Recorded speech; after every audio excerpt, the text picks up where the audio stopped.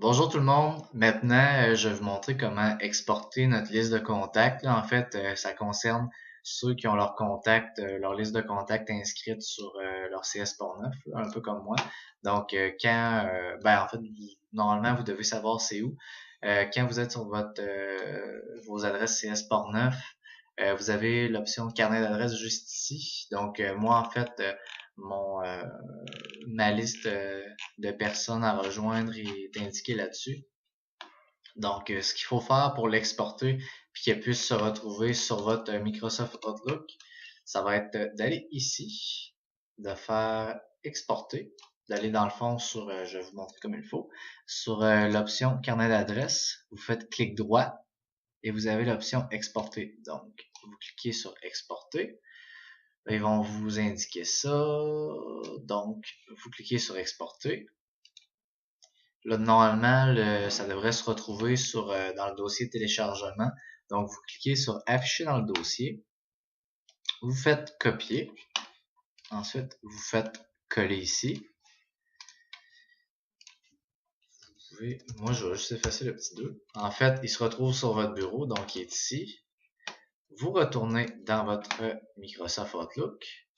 Puis là, normalement, vous êtes sur l'onglet Accueil. Vous êtes sur l'onglet Accueil, pardon. Normalement, ça ressemble à ça. Donc, vous avez vos courriels ici, puis tout ça. Nous, ce qu'on va faire, c'est on va cliquer sur Contact ici. Puis, normalement, il devrait avoir aucun contact sur vos listes. Donc, ce qu'on va faire, on va,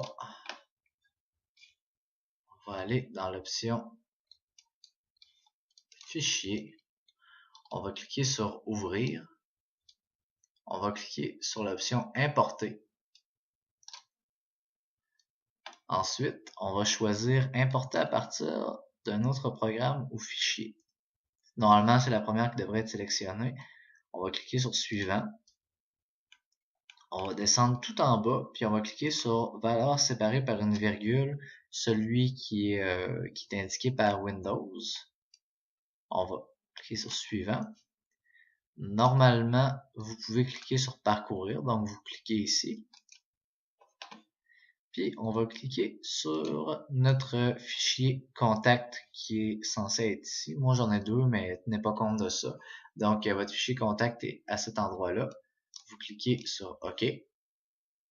On clique sur Autoriser la création de doublons. Puis ensuite on va cliquer sur Suivant.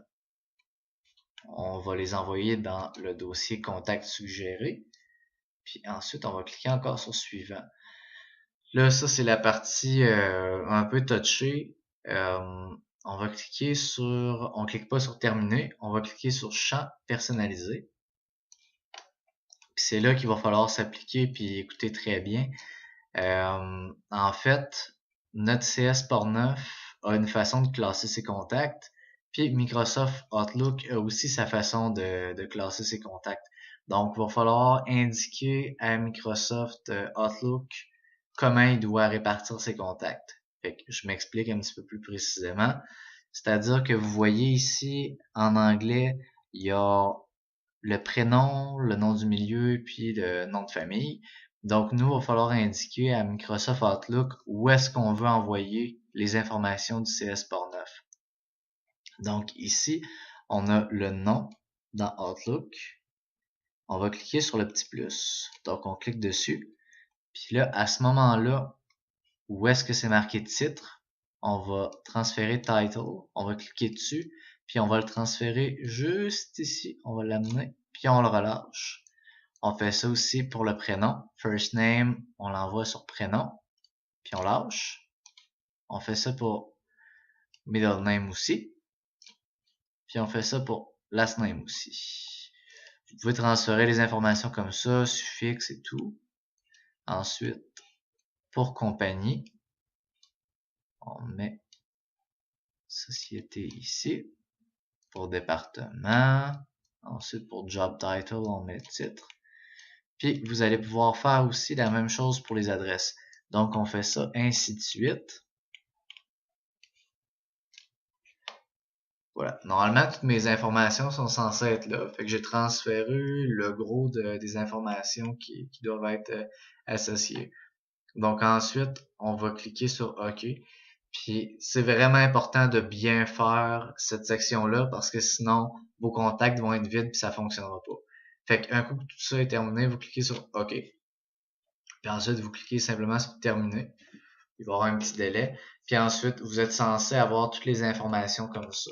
Si il y a des informations que vous avez pas bien que vous avez pas bien indiquées dans votre CS Portneuf, ça se peut qu'il y ait des cases vides. Tu sais, normalement, il est supposé avoir des cases pleines comme ça avec le nom puis l'adresse courriel. Là. Moi, j'ai pas beaucoup de numéros de téléphone. Là.